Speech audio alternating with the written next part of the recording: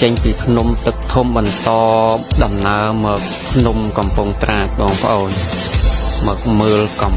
ហែងក្នុងភ្នំកំពង់ត្រាចនេះបន្តទៀតឡានភ្នំកំពង់ត្រាចនេះគឺឡានធំមាននេះឡានទី1ចូលទៅក្នុងទៀតនៅមានឡានចូលទៅក្នុងទៀតបាទនេះបន្តដំណើរចូលទៅក្នុងទៀតហើយបងប្អូនទៅចូលទៅក្នុងទៅឃ្លាយត្រើយមកខាងកុំឲ្យថាយេ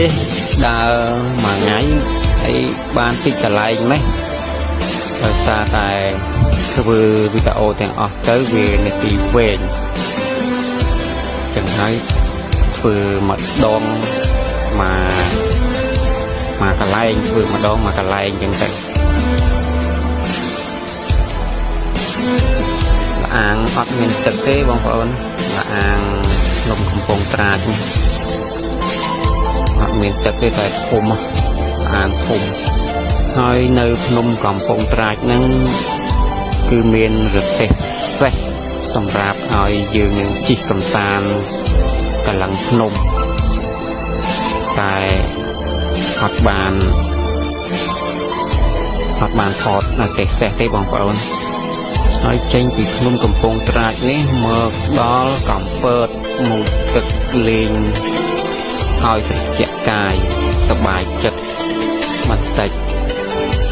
ហ្នឹងហើយវគ្គបញ្ចប់ហើយនេះមួយថ្ងៃហ្នឹងបាន4កន្លែងហ្នឹងវត្តភ្នំរៀបភ្នំទឹកធំភ្នំកំពង់ត្រាច